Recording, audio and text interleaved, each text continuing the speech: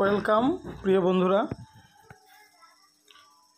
Primary TET ইন্টারভিউয়ের জন্য খুবই গুরুত্বপূর্ণ আমি 10টি প্রশ্ন নিয়ে আলোচনা করছি।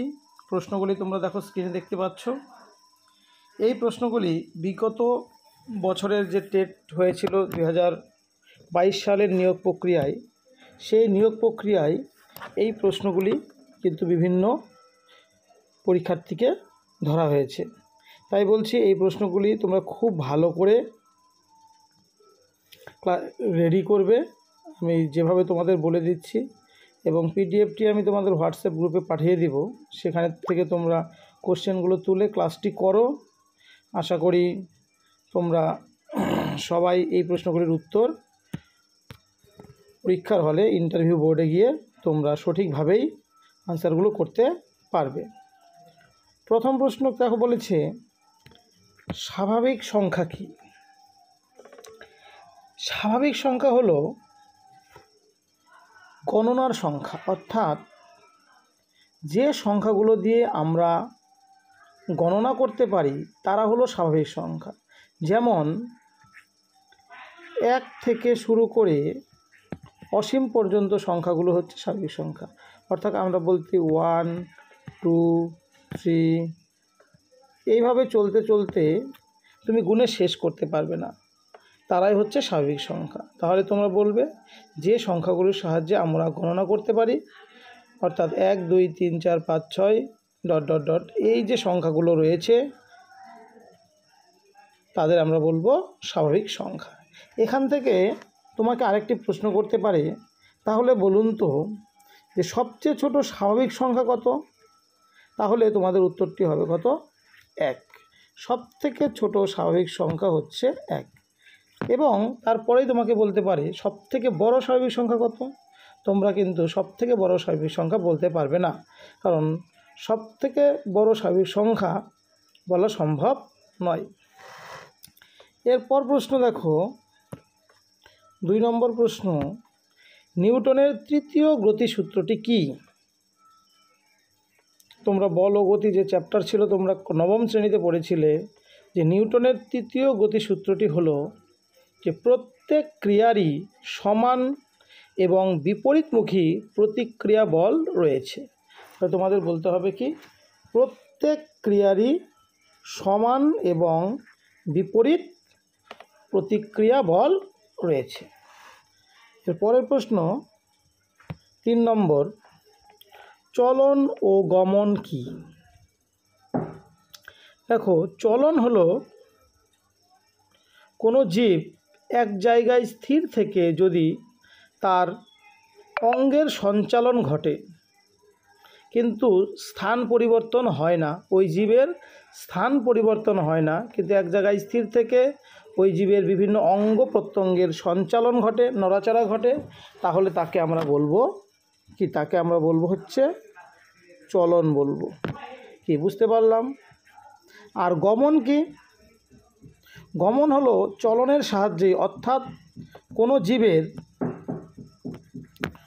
জীবের অঙ্গ প্রত্যঙ্গ সঞ্চালনের মাধ্যমে যদি কোনো জীব এক জায়গা থেকে আরেক জায়গায় স্থান পরিবর্তন করে, অর্থাৎ এক জায়গা থেকে অন্য জায়গায় যায়, অর্থাৎ জীবের স্থান পরিবর্তন হয়, তখন তাকে আমরা বলবো হচ্ছে গমন।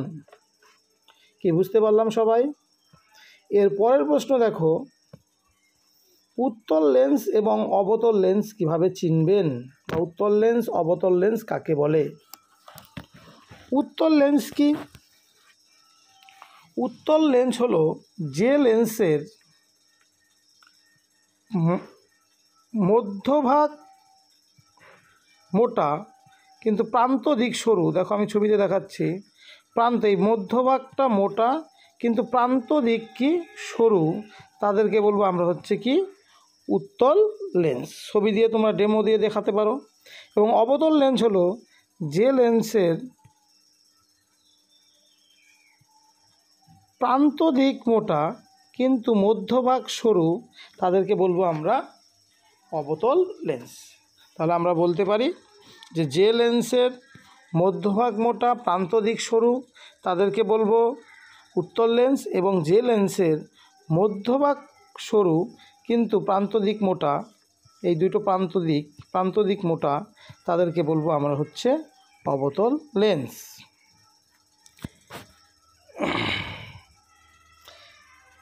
এরপরে দেখো পরের প্রশ্ন কি দেওয়া আছে, রম্বস কাকে বলে?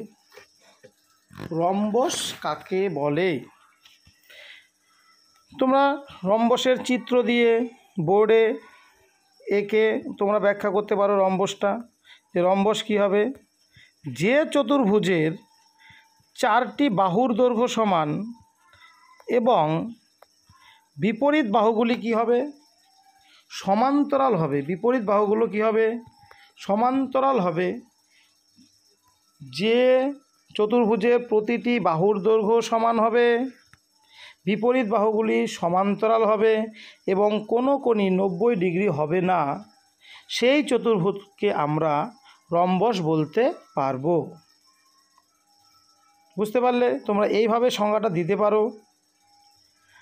আর রম্বসের সংজ্ঞা আমরা আরও একটিভাবে দিতে পারি, সেটি হলো যে সামান্তরিকের সন্নিহিত বাহুদ্বয়ের দৈর্ঘ্য সমান।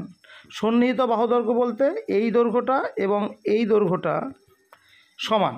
তাহলে আমরা বলতে পারি যে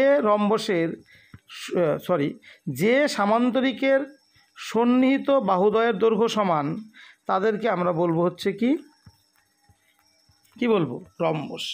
অর্থাৎ সন্নিহিত বাহুর দৈর্ঘ্য সমান হলে তাহলে বিপরীত বাহুগুলিও সমান এবং সমান্তরাল হবে। তাই আমরা এভাবেও বলতে পারি যে সামান্তরিকের সন্নিহিত বাহুদ্বয়ের দৈর্ঘ্য সমান, তাকেও রম্বস বলে। এবার রম্বস থেকে কয়েকটি বৈশিষ্ট্য তোমরা জেনে নাও। রম্বসের বৈশিষ্ট্যগুলি হলো, রম্বসের 4টি বাহুর দৈর্ঘ্য কী হবে, সমান হবে। রম্বসের বিপরীত বাহুগুলি সমান হবে। কেন? কারণ যেহেতু 4টি বাহুর দৈর্ঘ্য সমান। রম্বসের বিপরীত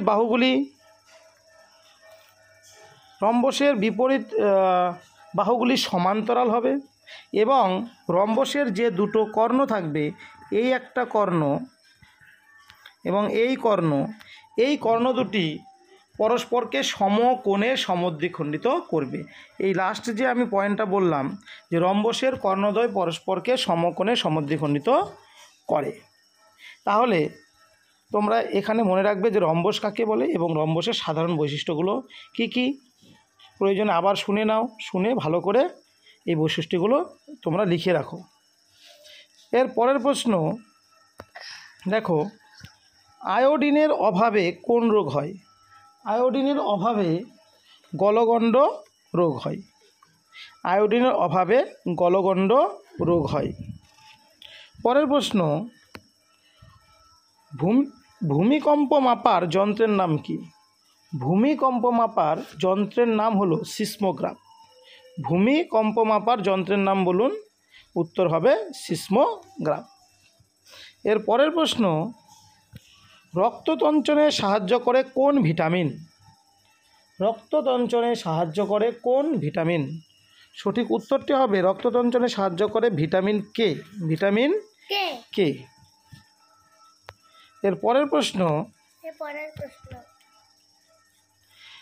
রংধনু বা রামধনু এর কয়টি রং এবং কি কি? তো তোমরা অনেকেই জানো যে রামধনু এর 7টি রং। কি? 7টি রং। সেই 7টি রং মনে রাখার জন্য তোমরা মনে রাখবে বেনি আসহ কলা। কি বললাম? বেনি